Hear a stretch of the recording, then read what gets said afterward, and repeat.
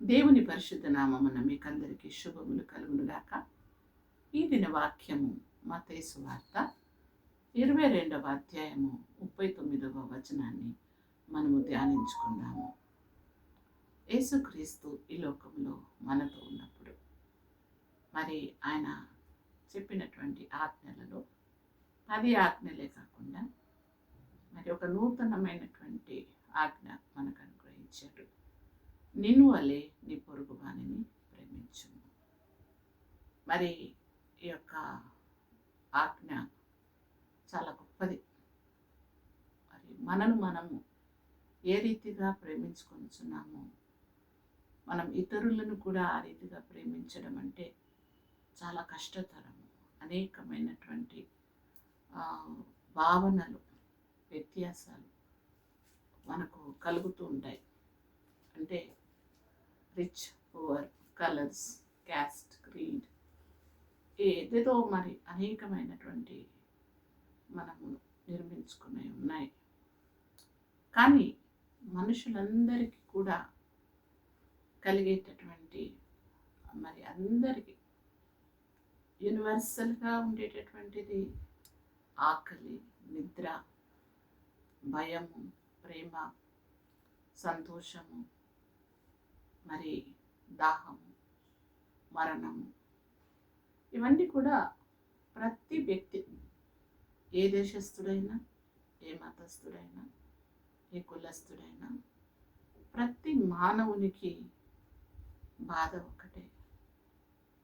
మరి ఈ యొక్క బాధను మనము ఆయన మనకి ఎలా కలిగితే మనం ఎంత భయపడిపోతాము, చింతపడతాము, ఏడుస్తాము, కన్నీరు కారుస్తాము.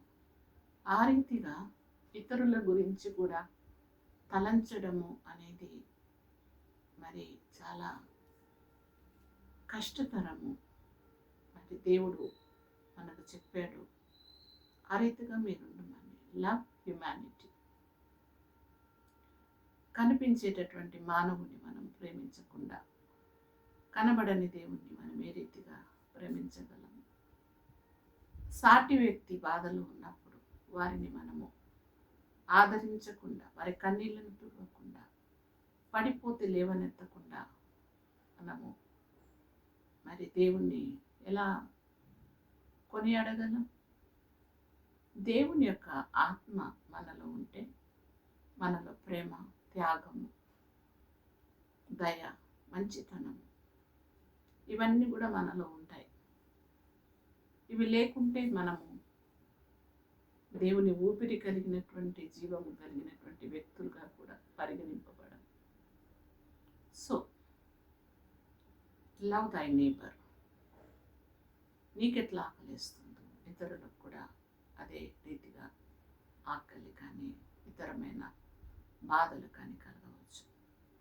ఈ మాట మరి ఇప్పుడు ఉన్నటువంటి పరిస్థితులను బట్టి కాదు, కానీ ఆంధ్ర, తెలంగాణ ఉన్నటువంటి ఖమ్మం ఈ యొక్క వర్షాలతో మానవులు అనుభవించేటటువంటి ఆ యొక్క దుఃఖము, ఇతరులను చూసినట్టు మనకు కూడా దుఃఖం కలగాలి, దయ రావాలి, ప్రేమ కలగాలి. అలా ఒకవేళ అలా లేకుండా కాదు అని మేము జస్ట్ ప్రేయర్ చేస్తాము, మేము మా పనులు మేము చేసుకుంటాము అంటే అసలు మానవత్వం కూడా లేదు. దైవత్వం అటు నుంచి మానవత్వం కూడా లేనటువంటి వారుగా పరిగణింపబడతాం. అందుకని యేసు అంటున్నాడు, మీరెవరో నాకు తెలియదు, నీ నామమున ప్రార్థన చేయలేదా, అద్భుతాలు చేయలేదా, మరి దయాలు వెలగొట్టలేదా, మీరెవరో నాకు తెలియదు. మీరు ఆకలి కొని ఉంటే మీరు ఆహారం పెట్టలేదు, వస్త్రాలు లేకుంటే వస్త్రహీనతలో ఉన్నప్పుడు వస్త్రాలు ఇవ్వలేదు, బంధకములలో ఉన్నప్పుడు నన్ను వచ్చి చూడలేదు, రోగాలతో ఉన్నప్పుడు నన్ను వచ్చి మీరు పలకరించలేదు అంటున్నాడు. కాబట్టి మీరెవరో నాకు తెలియదు. ఈ మాటలు మరి చాలా కఠినంగా ఉంటాయి. మరి ఈ లోకంలో మానవులమైనటువంటి మనము ఏమి కూడా తీసుకొని వెళ్ళం. ఈ లోకము సంబంధించినటువంటి వస్తువులే కానీ, ఇల్లే కానీ, పొలాలే కానీ, ధనమే కానీ, బంగారమే కానీ, వస్త్రాలే కానీ, కార్సే కానీ మనం చూస్తున్నాం కదా. ఏది కూడా మనం తీసుకొని వెళ్ళాము. కానీ మనం తీసుకొని వెళ్ళేది ఒకటి మాత్రమే, అది మన క్రియలు, నీతిమంతుల క్రియలు. మరి మన క్రియలు మాత్రమే మనకంటే ముందుగా పరలోకానికి వెళ్ళి మరి దేవుని సన్నిధిలో నిలబడుటకు మనకు యోగ్యత కల్పిస్తాయి.